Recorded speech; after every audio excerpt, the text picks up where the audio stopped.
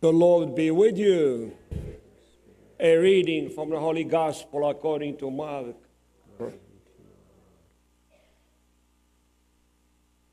Jesus departed from there and came to his native place, accompanied by his disciples. When the Sabbath came, he began to teach in the synagogue, and many who heard him were astonished. They said, "Where did this man get all this? What kind of wisdom has been given him?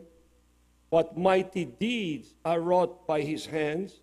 Is he not the carpenter, the son of Mary, and the brother of James, and Joseph, and Judas, and Simon?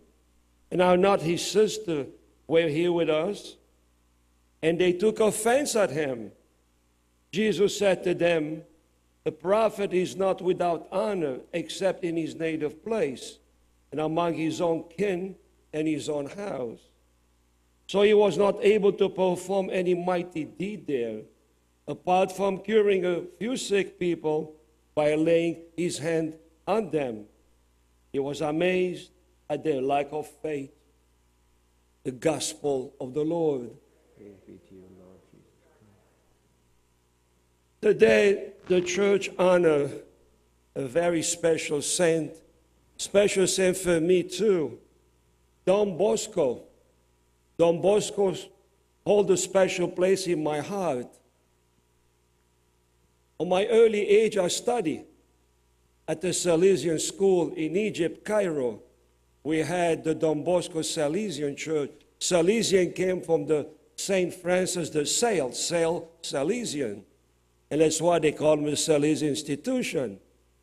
These schools instituted by Don Bosco then, still Don Bosco today, we call him St. John Bosco today.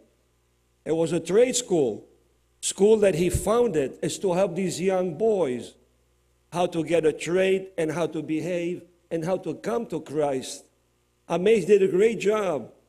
He had a dream at the age of 9 that he will help the children, and that stays on his mind until he had changed of 32, he was ordained priest and took the name of Don Bosco. And he went on and helped all the children between 12 and 18. Give them a trade, special industrial revolution in 1800. There was a need for qualified laborers. And he really instituted all these trade schools.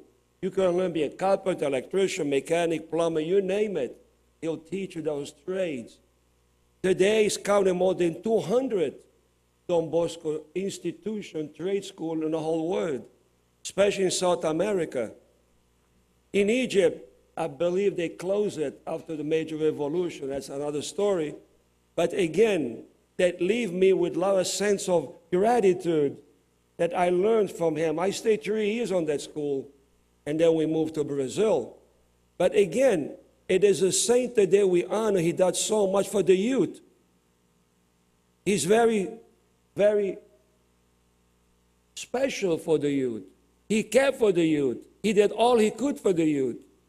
He began amazing. He began with 3 kids.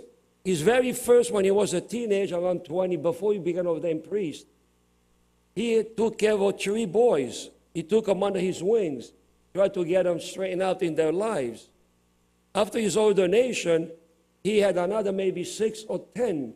And before you know it, after a few years after his ordination, he had 800 children to take care of. That's where he began to organize his ministry. Amazing way he grew so much because the passion he had for the youth, the passion that man had for Christ, to bring Christ to these kids. And these kids were troubled kids too. He went to a prison once to visit these kids, and his heart was burned to see all these young kids in prison because they done something bad. And he tried to get them out of prison and give them a trade to educate them and to bring them closer to Christ, and became honorable citizens. Matter of fact, one of them became a cardinal.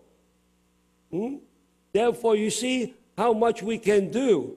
Small things, how much it can grow.